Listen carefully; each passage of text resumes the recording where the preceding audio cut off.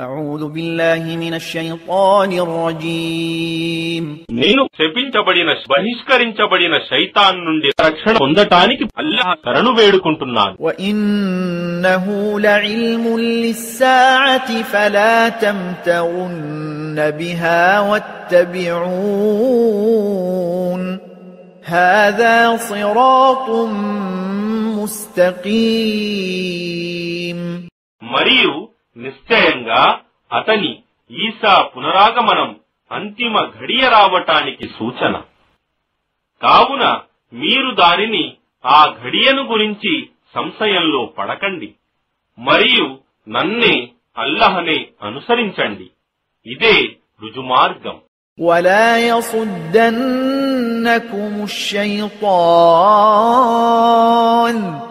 إنه لكم عدو مبين. మరియు శైతానును మిమ్మల్ని ఆటంకపరచనివ్వకండి. నిశ్చయంగా అతడు మీకు బహిరంగ శత్రువు.